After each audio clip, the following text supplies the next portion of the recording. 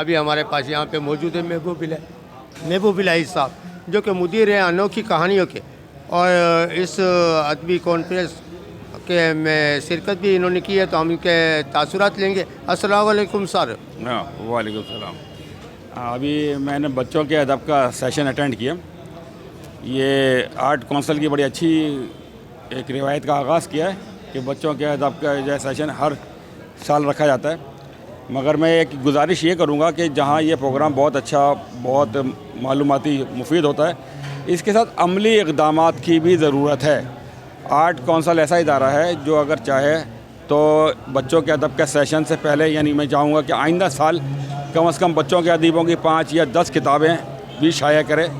سمجھے۔ اور اس کے علاوہ جو ہے احمد شاہ صاحب اگر چاہیں تو بچوں کے ادب کو بچوں کے ادیبوں کو آج تک کوئی سول ایوارڈ کسی قسم کا نہیں ملا ہے، تو احمد شاہ اگر چاہیں تو وہ ریکمنڈیشن کر سکتے ہیں، اور جو اس پہ پورے اترتے ہیں ان کو سول ایوارڈ بھی دیا جائے۔ اور سب سے بچوں کے ادب کے حوالے سے اس سیشن کے انعقاد پر میں آرٹ کونسل کو، احمد شاہ صاحب کو اور اپنے ادیب ساتھیوں کو جو ہے مبارکباد پیش کرتا ہوں، اور میں چاہوں گا کہ عملی اقدامات آئندہ والے سیشن میں ایسے ہوں کہ جس پہ کہا جا سکے کہ سیشن کے علاوہ آرٹ کونسل بچوں کے ادب کے لیے، بچوں کے ادیبوں کے لیے عملی اقدامات بھی کر رہا ہے۔